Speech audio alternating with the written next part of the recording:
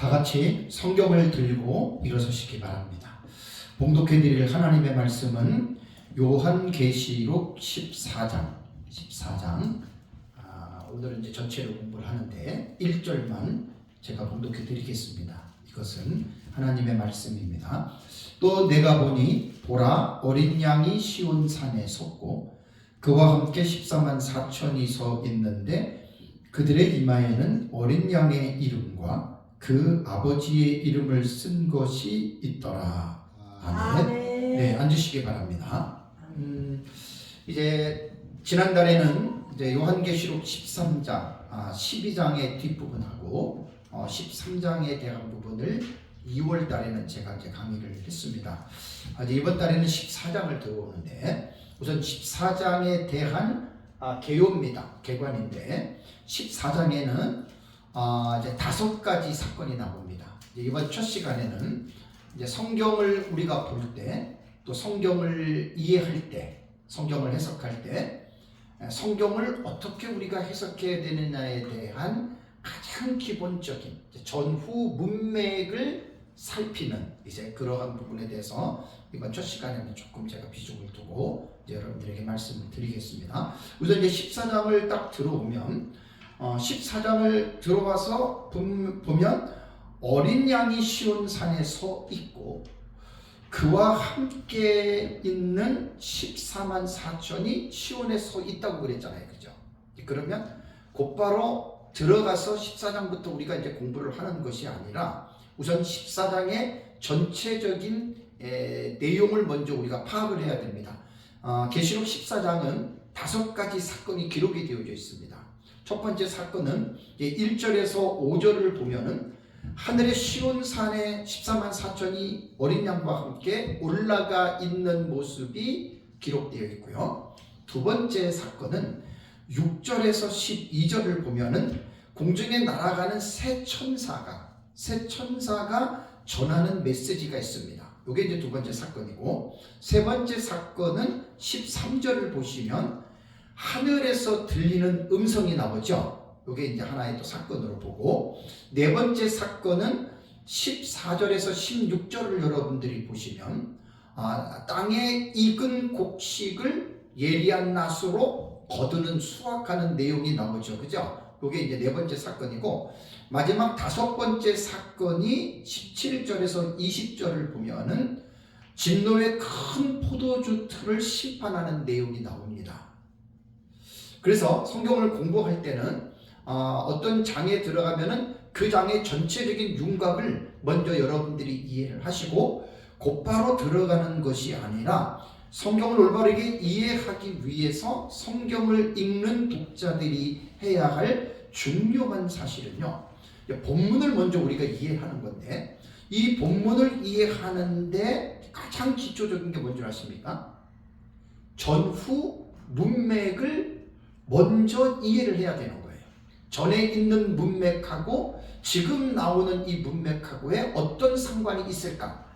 그리고 또 이 문맥과 다음에 나오는 문맥이 어떠한 연관이 있을까? 이거는 어떤 성경이든지 마찬가지입니다. 또 특별히 성경을 기록할 때 구약 성경이든 신약 성경이든 장과 절이 없었다 그랬습니다. 그러나 이제 현대에 들어와서 12세기와 15세기에 들어와서 장과 절을 이제 사람이 임의로 붙였기 때문에 그 장과 절에 얽매여서 성경을 해석할 필요는 없지만, 그러나 장과 절을 또 우리가 무시할 수는 없어요. 그래서 그 장과 절에 대한 전장과 후장 있잖아요. 그죠? 이런 부분도 우리가 먼저 이해를 해야 됩니다. 성경을 우리가 읽을 때 가장 기본적인 이런 성경적인 지식과 신학적인 지식을 무시해버리고 여러분 성경만 읽잖아요. 10중 8구 그 사람은 주관주의 내지는 심각하면 이단에 빠집니다. 저는 그래서 사람들에게 제가 권유할 때 무조건 성경을 읽으라, 저는 절대로 그런 말 안 합니다. 어떤 사람들은 성경에 1년에 막 몇 독을 하고 몇십 독을 하고 이거 되게 많이 강조하잖아요. 저는 그렇게 강조하는 사람이 아니에요. 성경을 읽기는 읽되 무조건 읽는 것은 저는 상당히 금합니다. 그렇게 읽으면 안 됩니다. 성경은. 그래서 성경을 읽기 전에 개론이라 그러잖아요. 이 성경이 육하 원칙 속에서 누가 언제 어디서 무슨 어떻게 왜? 그것을 먼저 성경을 여러분들 이해하셔야 돼요. 구약 성경이든 신약 성경이든.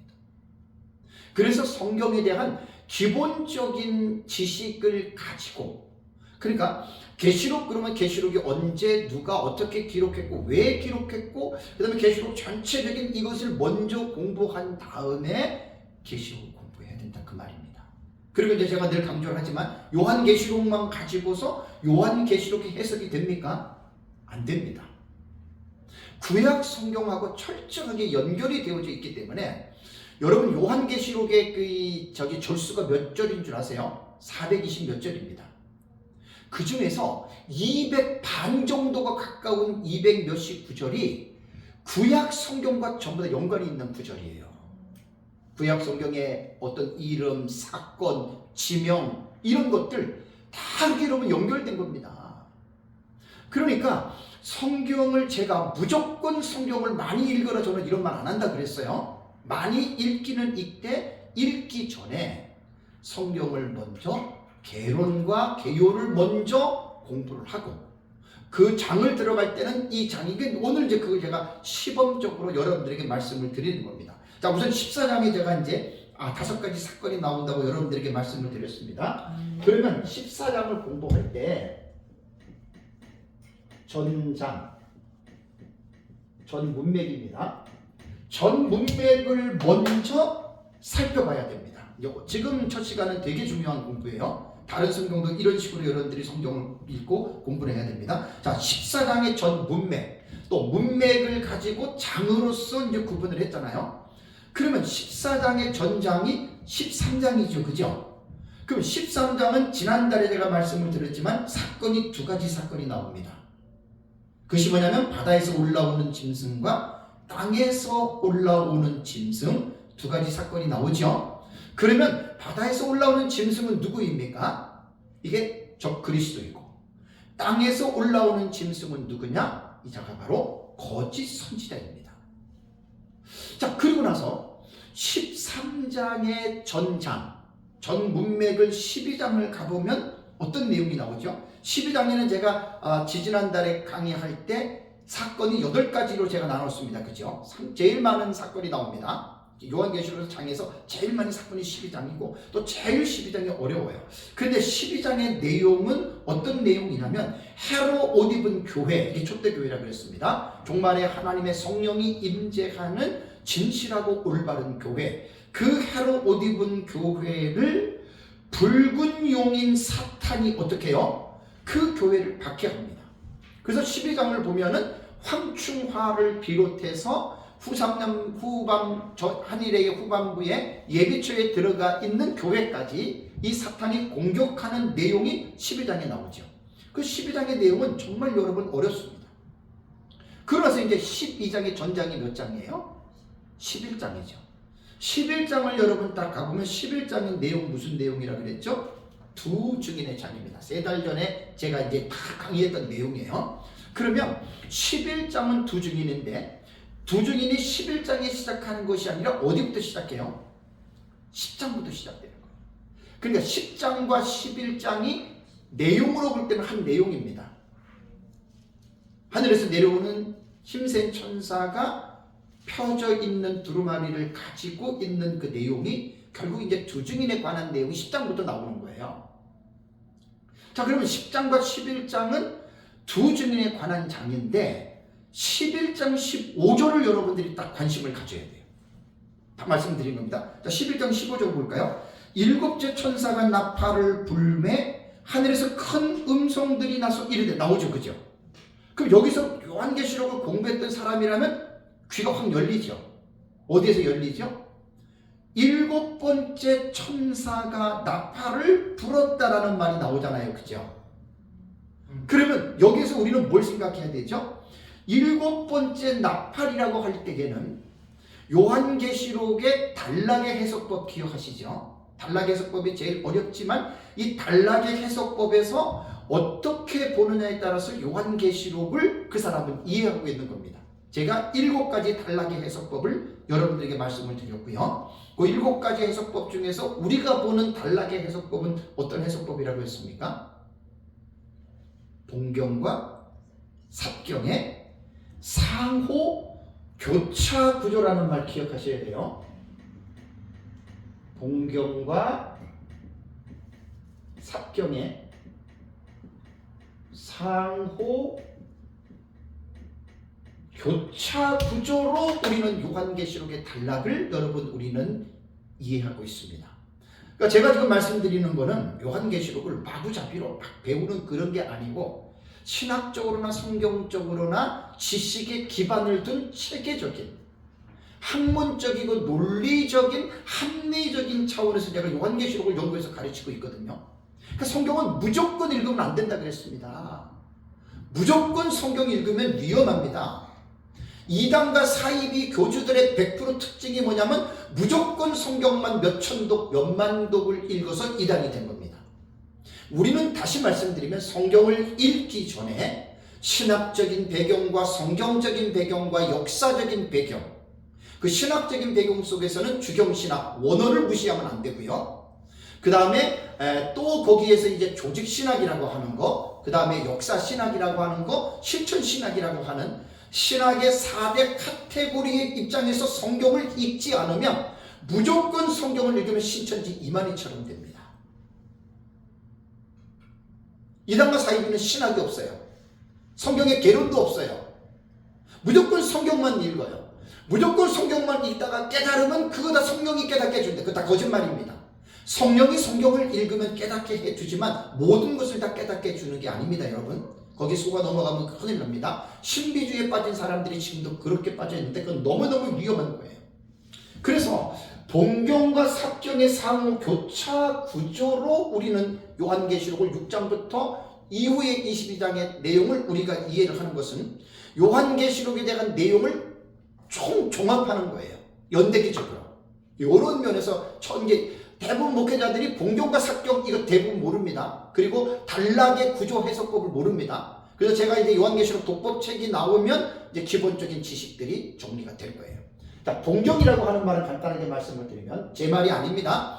거의 모든 학자들, 제 책에 다 써 있는데 모든 학자들이 세 가지 7시리즈 있죠, 그죠? 세 가지 7시리즈면 7 대접이에요. 그 다음에 그 이후에 20장, 21장, 22장을 거의 대다수의 학자들이 동경으로 구분합니다. 동경. 삽경은 뭐냐? 요 세 가지 7시리즈 전후에 들어가는 삽입된 계시들 있죠? 그게 삽경이에요. 그러니까 요한계시록은 아주 논리적이고 학문적이고 체계적으로 하나님이 우리에게 계시를 하셨기 때문에 이러한 성경적이고 신학적인 이해를 갖고 여러분이 요한계시록을 공부하시라는 얘기입니다. 무조건 하지 말고.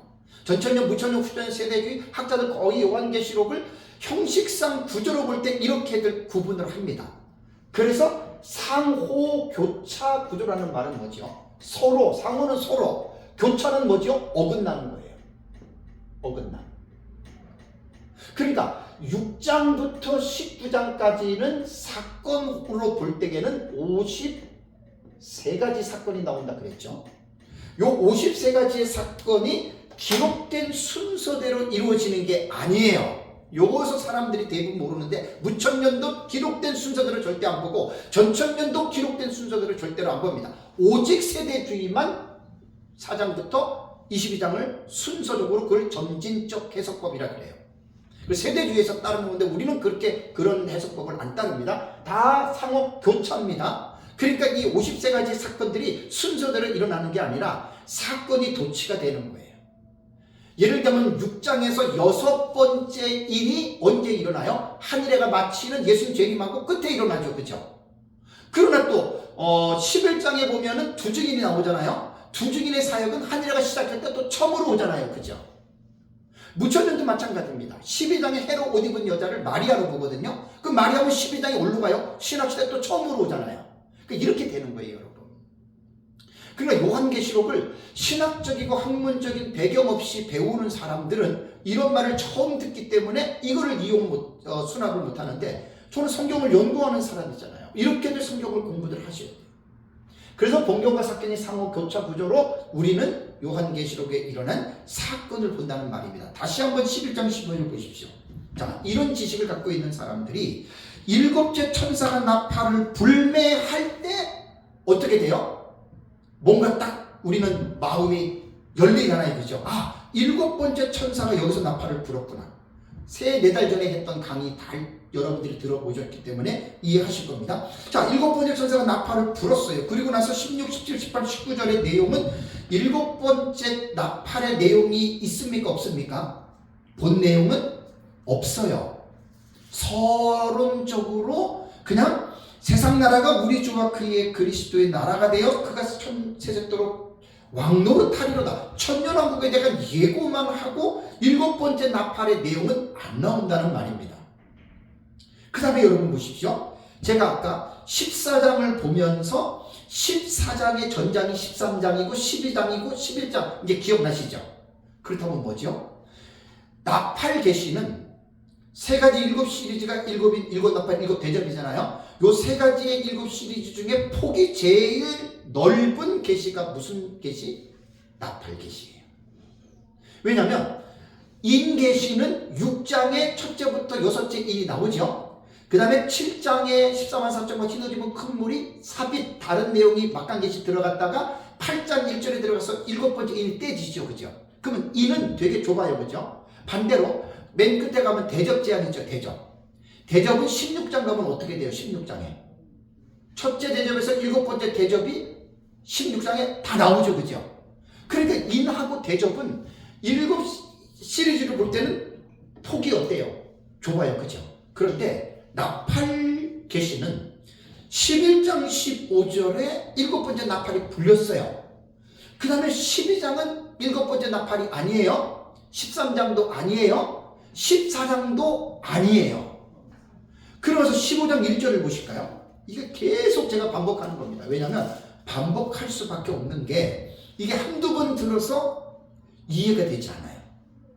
한두 번 들어서 계속 듣고 계속 듣다가 보면은 어느 순간에 여러분들이 자동적으로 이게 정리가 될 겁니다. 그때까지는 해야 돼요. 저는 이거를 수십 번이 뭡니까? 한 100번은 넘게 아마 수백 번 내가 이걸 계속 일곱 나팔의 구조를 지금 설교할 때나 강의할 때나 계속 말하거든요. 자, 우선 15장 1절을 볼까요?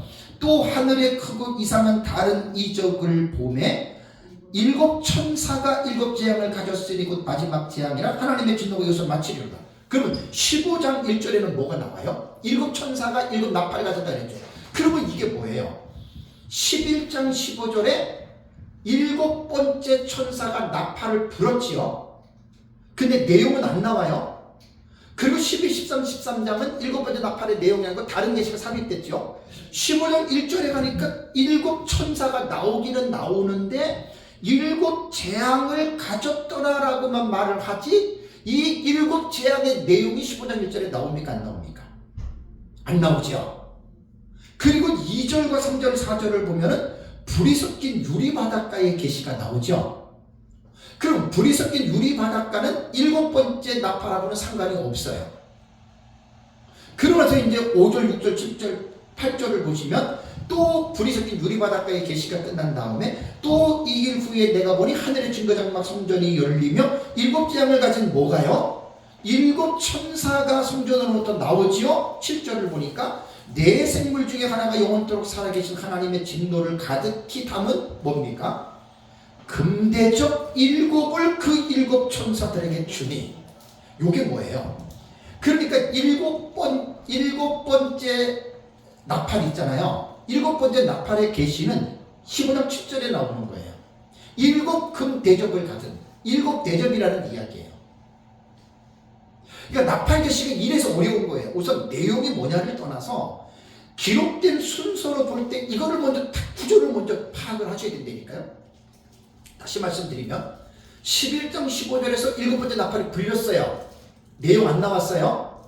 그리고 12, 13, 14장 다른 내용이 어떻게 해요? 삽입됐죠. 그리고 15장 1절에 다시 일곱 나팔이라고 하는 말은 나왔지만 내용이 나와요? 안 나와요? 안 나오고 2절, 3절, 4절은 불이 섞인 유리바닷가 삽입, 다른 계시가 삽입됐고 비로소 6, 7, 8절에 보니까 일곱 금 대접이라 그랬죠. 그죠? 그러니까 15장 1절에는 힌트가 뭐냐면 일곱 재앙을 가졌으니 곧 마지막 재앙이라 하나님의 진노가 이것으로 마치리로다 그랬죠. 근데 15장 1절에는 일곱 대접이라는 말이 안 나와요. 7절에 가서 나오는 거예요. 그러면 여러분 일곱 나팔이 왜 범위가 넓냐면 보세요. 15장 11절에 시작됐죠. 그죠? 그리고 12, 13, 14장은 뭐예요? 막간계시죠? 이게 제곱 막간계시가 돼요. 막간계시거든. 그 다음에 11장 거꾸로 썼습니다. 11장 15절입니다. 11장 15절에 나팔이 불렸어요. 일곱 나팔이. 그리고 내용은 안 나왔어요. 자, 내용은 없어요.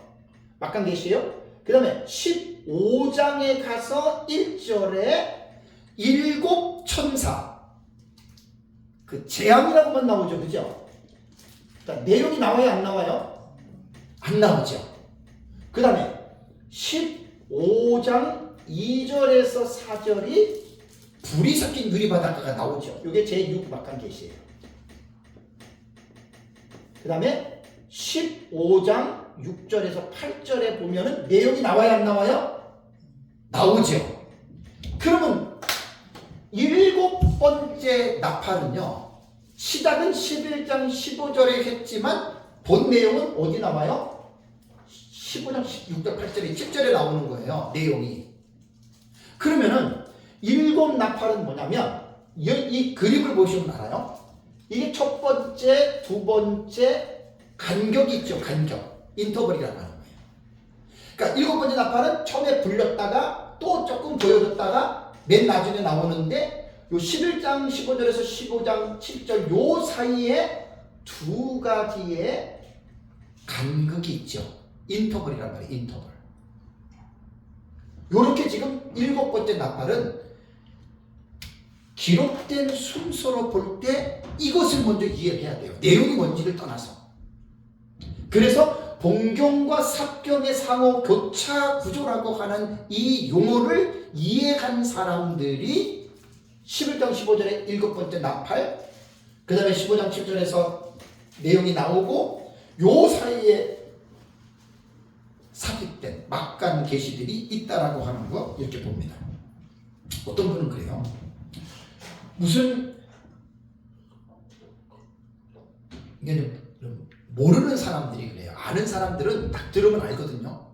아는 사람들 딱 들으면 요한계시록을 내용보다는 그 기록된 구조를 잘 파악했네. 이걸 깨달아야 되는데 모르는 사람들은 아니 성경에도 없는 왜 본경과 삽경을 얘기를 하냐고 이렇게 대드는 사람들이 있어요. 따지는 사람들. 그런 사람들은 무식한 사람들입니다. 지식이 없는 사람들입니다.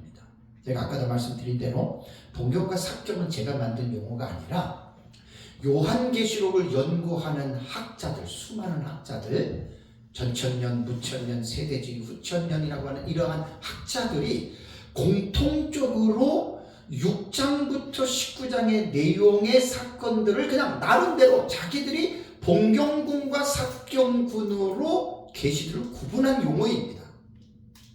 거의 이거는 객관적인 용어거든요. 그렇다면 누가 이렇게 보느냐? 제 책에 다 있는 내용입니다. 알포드, 그 다음에 모페트, 그 다음에 키들, 리스트, 레드, 비슬레머리, 그 다음에 케어드, 마운스, 오니, 그 다음에 렘브렉트, 그 다음에 오스본, 그 다음에 이상글. 여기 무천년, 천천년 학자들 다 들어가 있어요. 세대주의자들까지.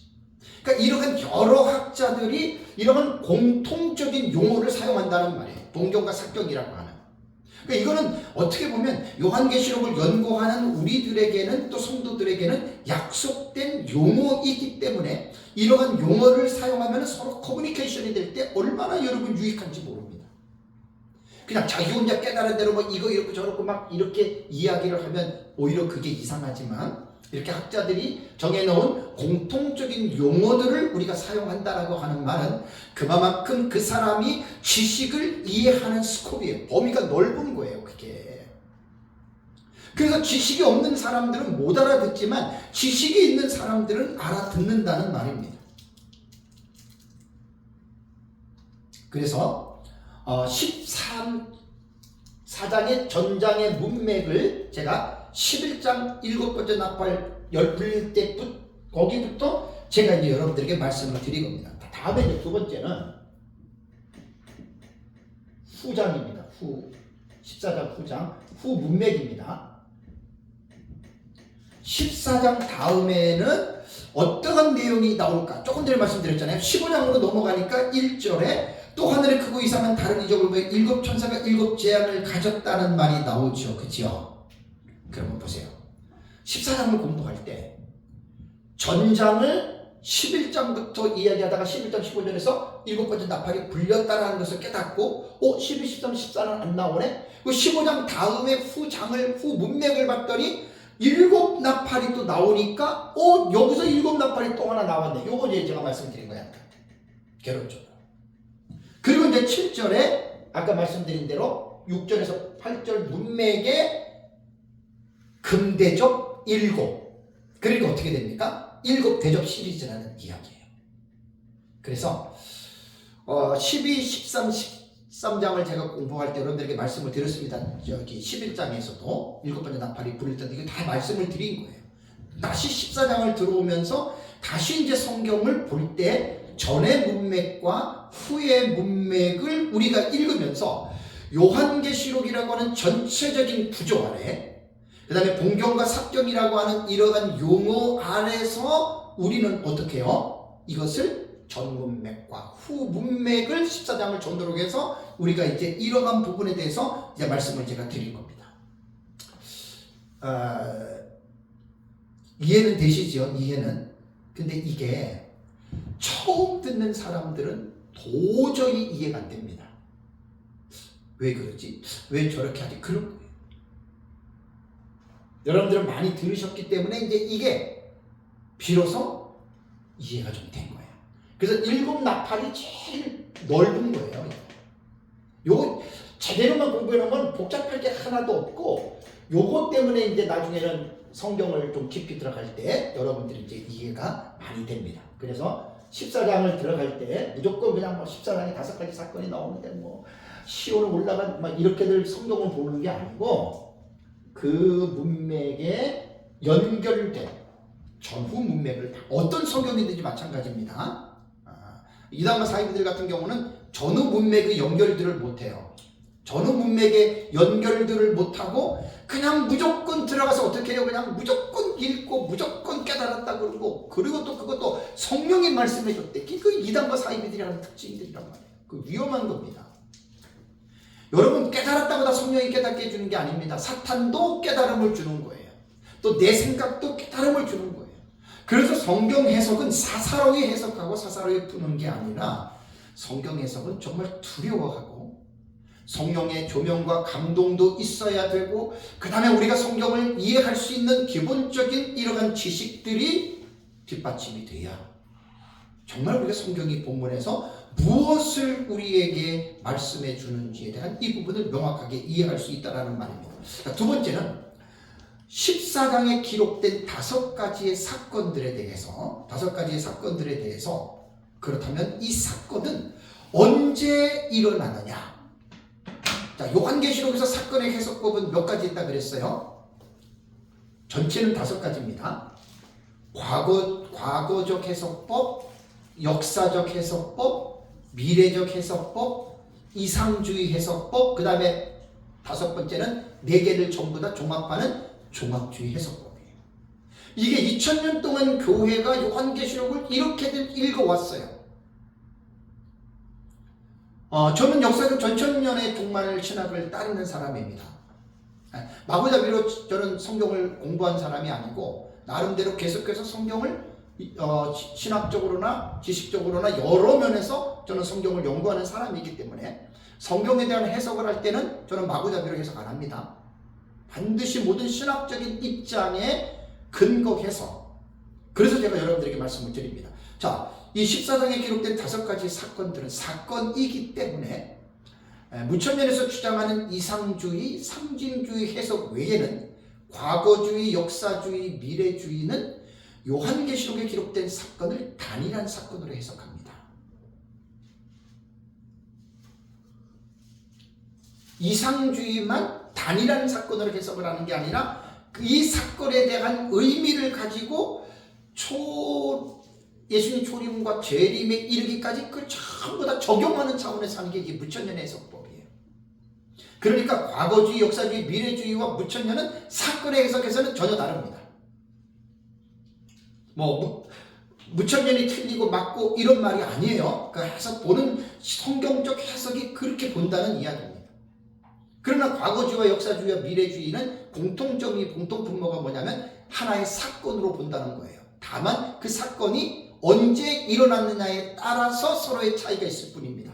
과거주의는 말 그대로 과거에 일어났고, 역사주의는 유럽의 역사의 타임테이블, 시간표에 맞추어서 그 사건이 지금도 일어나는 식으로 해석하는 게 이게 역사주의 해석이에요. 과거든 역사든 간에.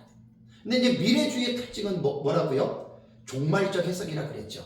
초대교회 교부들이 가지고 있었던 역사적 전천년주의 정체성이 뭐냐면, 미래주의 해석을 역사주의처럼 넓게 보는 게 아니라 예수님 재림 직전에 임박한 종말적 해석으로 보는 것이 여러분 역사적 전천년의 종말론 정체성입니다. 이거 꼭 여러분 기억하셔야 됩니다. 이거 잊어버리면 안 됩니다. 그래서 이렇게 보는 근거가 이제 역사적 전천년의 종말론 신학에 이렇게 보는 근거 입장이 다니엘서 9장 24절과 27절에 나오는 내용이 70일의 계시죠. 그 70일의 계시의 해석은 너무나 중요합니다. 자, 역사적 전천년의 요한계시록의 해석은 70일의 계시가 없으면 해석이 안 됩니다. 꼭 기억하시기 바랍니다. 70일의 계시와 철저하게 인볼브가 되는 거예요. 철저하게 연결이 되고 연관이 되는 거예요. 그래서 70일의 계시를 해석을 하다 보면 마지막 남은 한 일회가 있는데, 그 마지막 남은 한 일회가 언제냐면 예수님 재림 직전 한 일회 7년으로 해석하는 것이, 이것이 여러분 미래주의적인 해석법입니다. 이 얘기만 나오면 곧바로 반론이 나옵니다. 왜? 잘못 알고 있는 사람들이 너무나 많아서 그 잘못 알고 있는 사람들의 지식을 좀 제가 수정해 드리고 싶어요. 제가 수정한다는 게 아니라 제가 연구한 지식으로 제발 그 지식을, 왜냐하면 그 지식 틀린 지식이에요. 한일의 해석법은 세대주의 작품 아닙니다. 세대주의가 만들어 놓은 해석법이 아닙니다. 그럼에도 불구하고 많은 무천년주의자들이 착각에 빠진 것이 뭐냐면, 한일의 해석법은 세대주의가 만들었다 이렇게 딱 몰아붙입니다. 무식한 겁니다. 아직도 깨닫지 못하는 사람들이 너무나 많아요. 무천년 진영에 있는 사람들. 그래서 하늘의 해석법만 이야기를 하면 저건 세대주의인데 이렇게 이야기를 하거든요. 자, 제가 이제 변론을 하겠습니다. 한일의 해석법은, 세대주의는 19세기에 나왔죠. 그러면 영국의 존 넬슨 다비가 세대주의 신학을 만들고 세대주의 종말론을 정립했죠. 그러면 한일의 해석법이 세대주의가 만들었다면 19세기 이전에는 이러한 해석법이 있어야 돼요? 없어야 돼요? 없어야 되잖아요. 그죠? 그런데 교부들의 책을 보면은 가장 멀리 있었던 고대 교부의 교부가 누구냐면은 이레네우스와 히폴리투스입니다. 2, 3세기 교부입니다. 그들의 해석법의 입이 한일에 대한 해석법이 나왔다고요. 2, 3세기에. 이걸 좀 깨달으시라는 말이에요. 그들의 글이 있어요. 제 책에 인용을 해놨잖아요. 그러니까 역사적 전천년은요, 여러분, 세대주의가 왜 세대주의 전천년이라고 붙였을까요? Dispensational Premillennialism, 세대주의 전천년. 왜 프리밀레니얼리즘이라고 하는 전천년을 왜 붙였을까요? 세대주의가. 상식적으로 생각해보면 넬슨 다비가 종말론을 정립할 때 어떤 종말론의 흐름을 갖고 왔다는 거예요? 프리밀레니얼리즘, 전천년의 종말론을 갖고 왔다는 거예요. 19세기에. 그럼 역사적 전천년의 시작은 어디죠? 초대교부예요. 이걸 이해하시라는 말입니다. 이걸 제대로 깨달으셔야 돼요. 지금 무천년주의자들이. 전천년주의자들이 이걸 못 깨달으면 마치 그 이강로 목사님이 나는 한일의 해석법을 세대주의한테 배웠다 이런 말을 했거든요. 아, 이건 너무 가슴 아픈 일이에요. 그건 정말 부끄러운 일이에요. 한일의 해석법은 세대주의가 만든 게 아닙니다, 여러분. 다만 세대주의자들이 많이 사용을 했어요. 너무 많이 사용을 해서 그래서 이제 사람들이 그 한일의 해석법 그러면 세대주의라고 착각할 정도로 세대주의가 그 해석법을 즐겨 사용했던 그러한 것이거든요. 그런데 세대주의가 만든 것이 아니라 초대 교부인 역사적 전천년주의자들인 교부들이 한일의 해석법을 만들었다는 겁니다. 자, 여러분 제 책 18페이지, 19페이지 보세요. 제 책을 18페이지하고 19페이지에 보시면 이제 예수 그리스도의 재림 이후에 이 땅에 천년왕국이 있다라고 하는 이 역사적 전천년의 초대교회의 전천년의 정체성이 이거예요. 예수님 재림 이후에 이 땅에서 천년왕국이 있다. 이게 전천년이고 예수님 재림 이후에 천년왕국이 없다. 이게 무천년이에요. 근데 우리는 초대교회 교부의 종말 신앙을 따라서 우리 역사적 전천년으로 보는데 역사적 전천년의 초대교부의 그 신학자들이 누구냐면은 그 18페이지 보시면은 2세기의 소아시아 교부인 순교자 저스틴입니다. 저스틴 머레이 있잖아요. 이게 103년에서 165년 동안에 살았던 사람이 순교자예요. 다음에 히에라폴리스의 파피아스 이 사람도 역사적 전천년이라고 그러고요. 다음에 이제 이레네우스도 역사적 전천년이고 그 다음에 이레네우스의 직제자입니다. 히폴리투스. 이레네우스의 스승은 누구냐면은 사도 요한의 제자가 누구예요? 사도 요한의 제자 폴리갑이에요. 폴리갑의 직제자가 이레네우스고 이레네우스의 직제자가 히폴리투스예요. 이런 유명한 그분들이 전천년이라고요. 그 다음에 이제 터툴리안도 전천년이고 락틴티우스도 여러분 전천년이었습니다.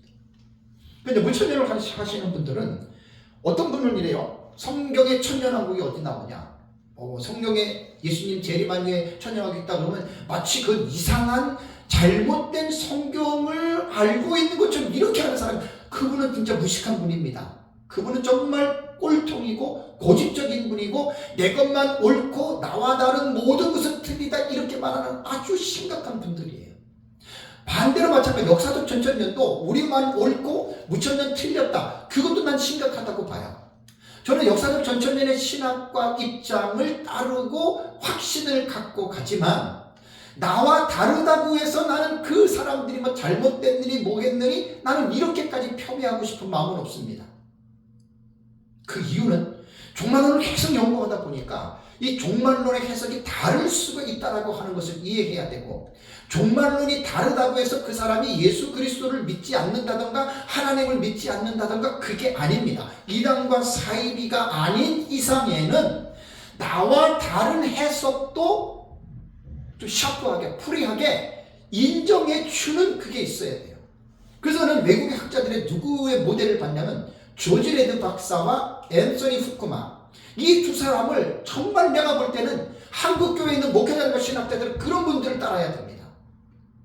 조지 레드 박사는 우리가 잘 아는 대로 역사적 전천년에 미국에서 가장 그래도 근대 시대의 역사적 전천년을 알린 유명한 신학자가 조지 레드거든요. 신학학자예요. 그리고 앤서니 후쿠마도 그 무천년주의에서 조지 신학을 전공한 학자인데 무천년에서는 가장 그래도 좀 인정할 수 있는, 물론 그레고리 빌도 있지만 앤서니 후쿠마가 그래도 이제 그 무천년에서는 가장 나름대로 무천년의 대가라고 볼 수가 있습니다. 그런데 후쿠마와 레드 박사의 글을 제가 읽는 주석이나 글들을 보면 이 두 분들이 서로가 다름에도 불구하고 상대방을 잘못됐느니 틀리느니 이렇게 말한 글을 내가 본 적이 없어요. 그들은 정직하게 이렇게 얘기를 합니다. 나는 앤서니 후쿠마는 나는 레드 박사가 이렇게 보는 천년설에 대해서는 나는 동의하지 않는다. 레드 박사도 후쿠마가 이렇게 보는 것은 나는 동의하지 않는다. 그러나 그들의 신학적인 입장은 나는 존경한다. 이렇게들 말들을 했더라고요.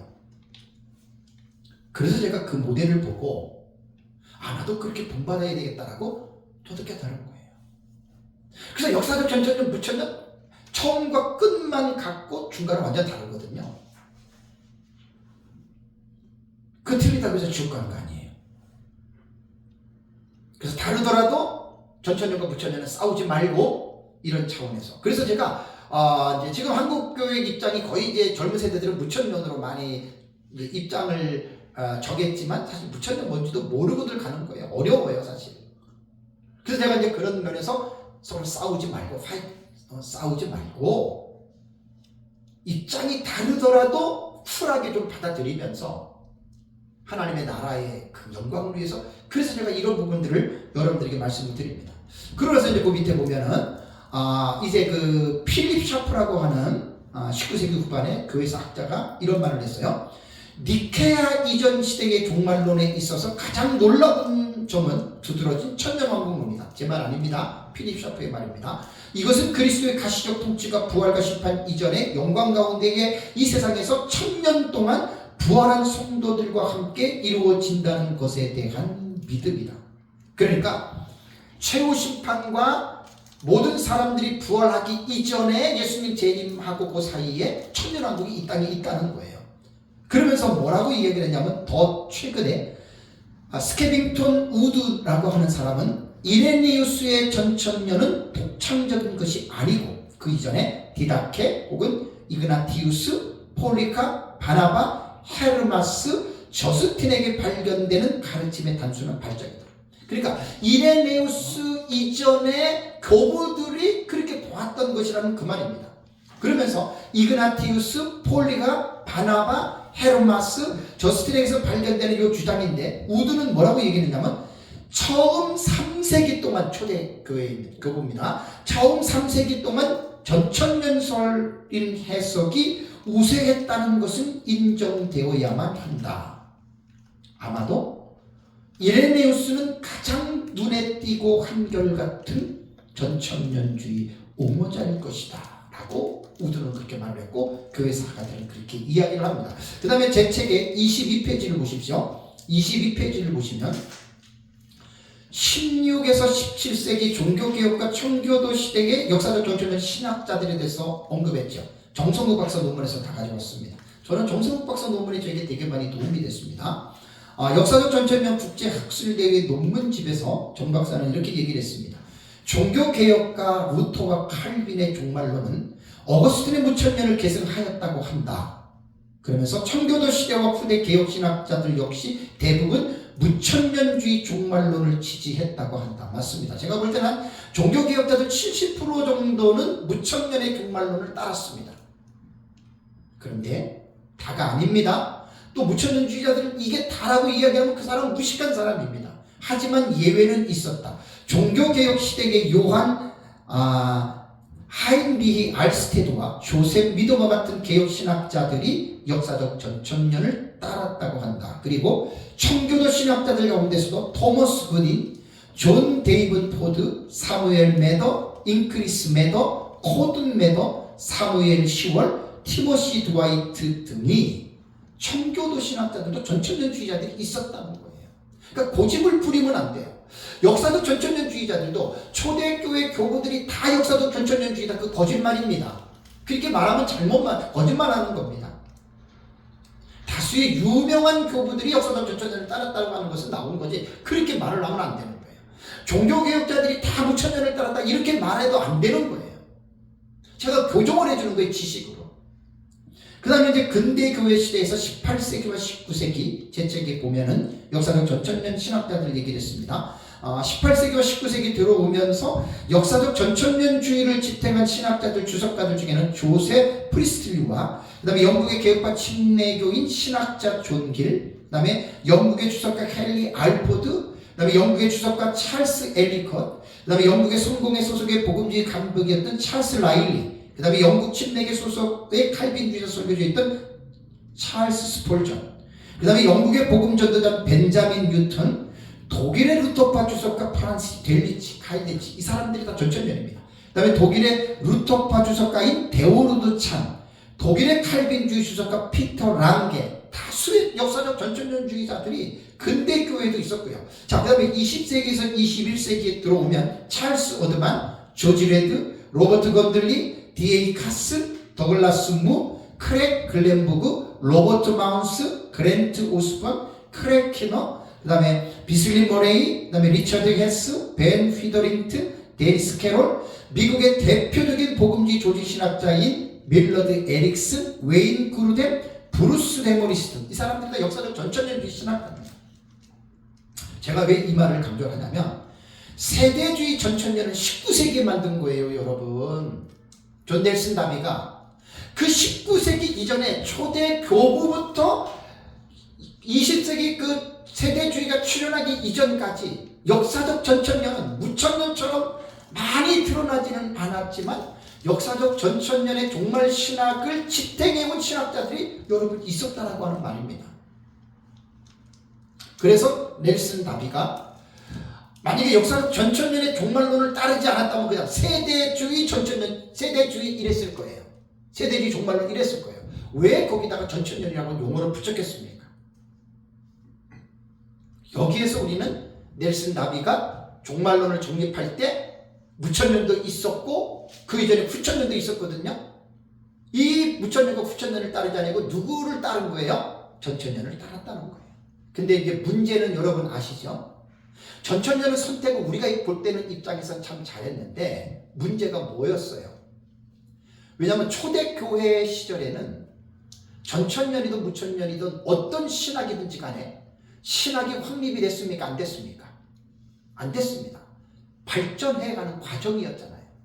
그러니까 역사적 전천년도 그냥 대충 그냥 교부들이 예수님 재림하면 이 땅에서 천년왕국이 있다라고 하는 그것 정도만 전천년이라고 이렇게 알려졌지 6장부터 19장까지 가장 어려운 내용을 어떻게 해석하는지 하는 해석법이 발견되지 않았어요.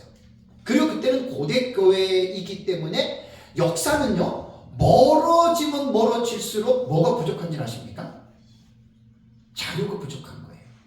가까운 역사일수록 자료는 많은데 역사가 멀어질수록 한 가지 아쉬운 게 뭐냐면 자료가 부족해. 그게 조금 아쉬운 점이죠. 그래서 세대주의의 이 종말론은요 다비가 역사적 전천년에 그러니까 이제 아까 말씀드린 대로 한일에게 해석법은요 한일에게 해석법은 제 책에 나오잖아요. 그죠? 제 책에.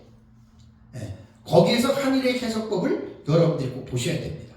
자, 어디냐면 여러분들이 48페이지에서 50페이지 보세요. 너무너무 지금 중요한 부분입니다.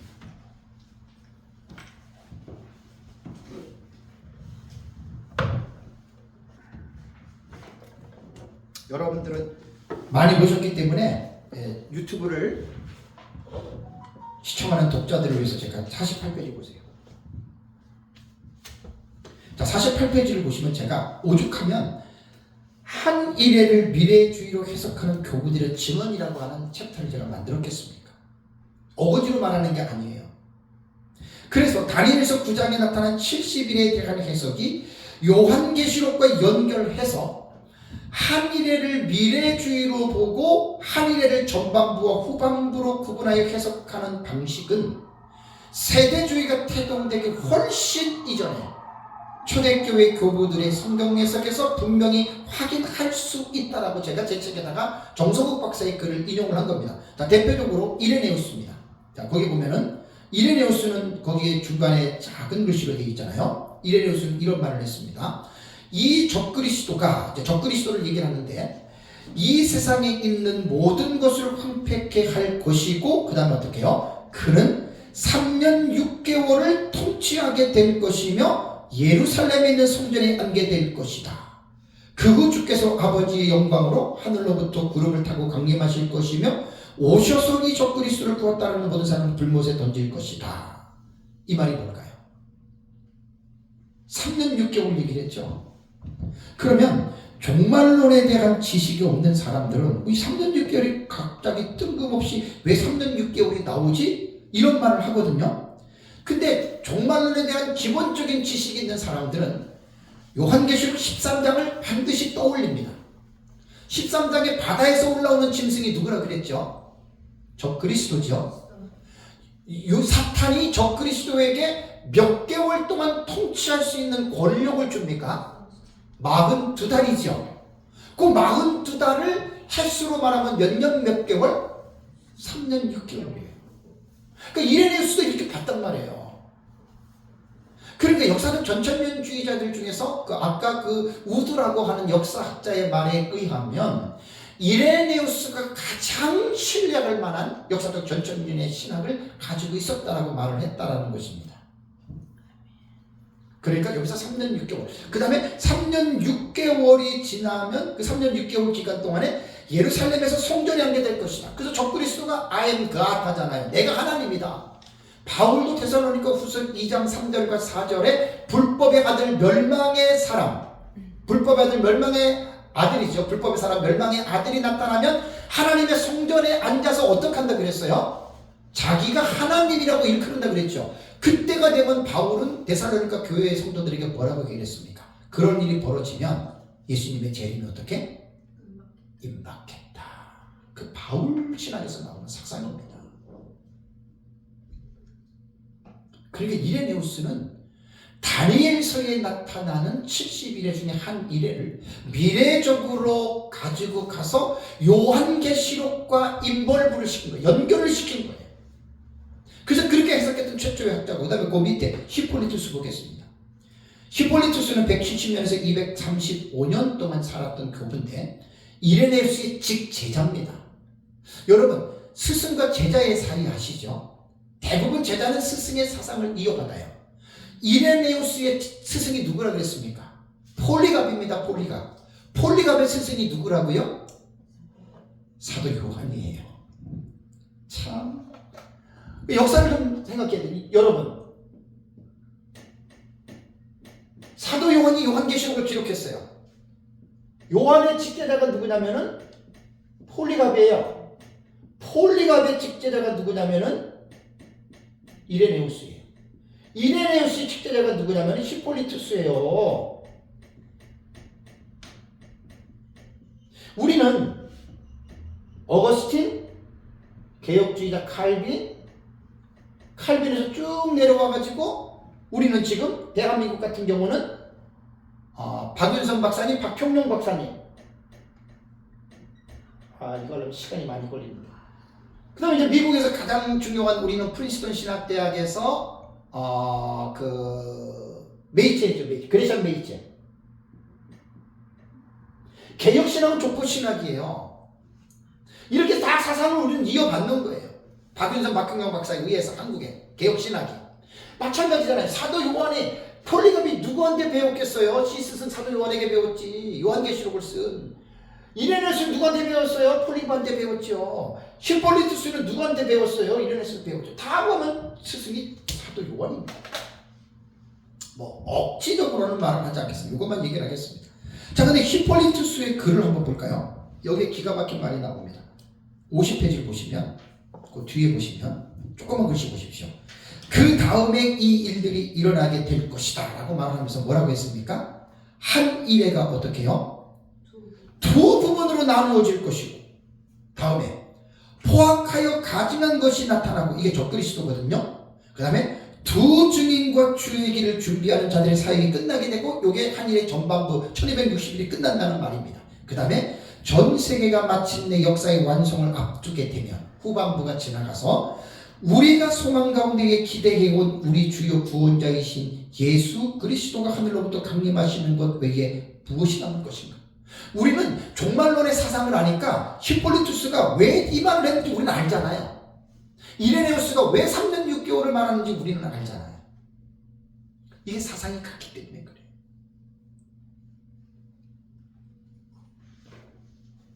그래서 제가 한 일회의 해석법은 여러분 잘 기억하십시오. 세대주의가 만든 게 아닙니다. 이것을 우리는 뺏어와야 돼요. 사람들이 지금 잘못 알고 있는 사람들의 뇌리 속에 박혀있는 한 일회는 세대주의가 만들었다고 하는 걸 우리가 지금 교정해 줘야 돼요. 저는 이 부분을 계속해서 강조합니다. 왜? 아직도 거의 다수의 사람들이 모르고 있어요. 한 일회를 세대주의가 만든 것으로. 제가 이번 시간에 지금 변증하는 시간을 가졌잖아요.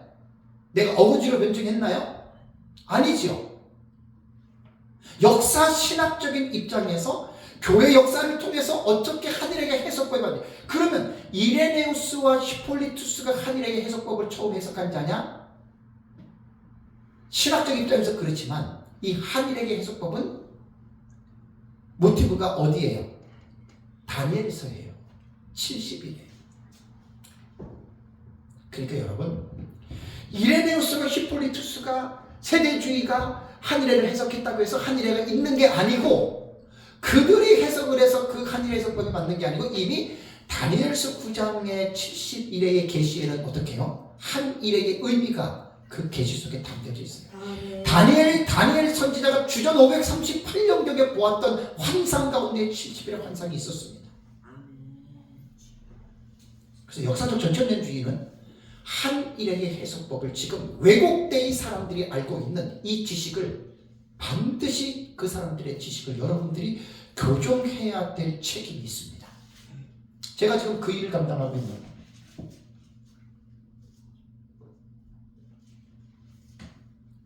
다시 정리해서 말씀드리면 한일의 해석법은 세대주의가 만든 게 아닙니다. 다만 이것은 있습니다. 존 넬슨 다비가 나름대로 하나님의 은혜를 받았고 또 신학적 입장과 종말론을 정리할 때 세대주의가 출현하기 이전까지는 사실 초대교회 교부 한 2, 3세기까지만 그나마 이제 역사적 전천년이 두드러지게 나타났고 4, 5세기쯤 가서는 어거스틴 때에는 무천년설이 여러분 확립이 됐잖아요. 그리고 종교개혁이 일어나기 전까지는 거의 보면은 무천년설이 많은 사람들에게 알려지긴 했습니다. 그렇다고 전천년이 없어진 건 아닙니다. 어떤 숫자에 비해서 무천년에 비해서 많은 소수라는 이야기입니다. 그러다가 19세기에 존 넬슨 다비에 의해서 세대주의라고 하는 디스펜세이션을 7세대입니다. 7세대. 그들이 말하는 세대가 있어요.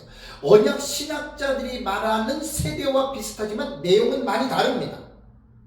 저는 언약 신학자들이 보는 세대에 대해서는 인정하지만 세대주의자들이 말하는 세대적인 신학의 의미는 나는 인정하지 못합니다. 위험한 게 상당히 많습니다. 예를 들자면 시대마다 구원이 다르다 이렇게 말하는 게 세대주의자들이 말하는 시대론입니다.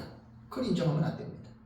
그러나 넬슨 다비가 초대 교부들이 그렇게 보아왔던 역사적 전천년의 신학적인 입장을 다비가 가지고 왔다는 거. 그래서 사실 19세기부터 세대주의 전천년주의자들에 의해서 초대 교부들이 가지고 있었던 역사적 전천년, 히스토리 프리밀레니얼리즘이에요. 역사적 전천년의 사상이 공식적으로 발전이 되지 않았던 것들이 19세기에 와서 이것이 수면에서, 물밑에서 어떻게 해요? 수면으로 올라왔다는 거예요. 이거 하나는 저는 세대주의의 정말 잘한 공으로 저는 봅니다. 그런데 세대주의는 공보다 과가 너무나 많아서 너무 위험합니다. 그리고 우리가 인정해 줄 건 인정해야 돼요. 모든 신학이나 모든 사람에게는 공이 있고 과가 있어요. 과 때문에 공을 무시하면 안 돼요. 세대주의 제일 잘하는 것은 나는 하나님이 하셨다고 봐요.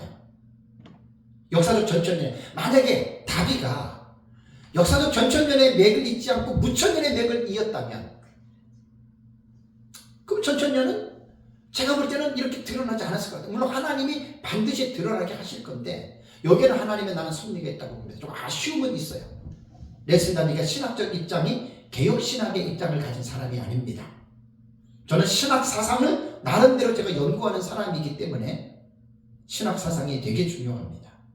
그래서 넬슨 다비는 역사적 전천년 종말론이 초대교회에 확립된 것도 아니고 그 중요한 아웃라인, 틀을 가지고 와서 자기가 가지고 있는 개혁신학이 아닌 다른 신학으로 종말론을 정립을 한 거예요. 그게 세대주의 신학입니다. 거기서 종말론을 또 따로 모아서 세대주의 종말론을 만든 겁니다.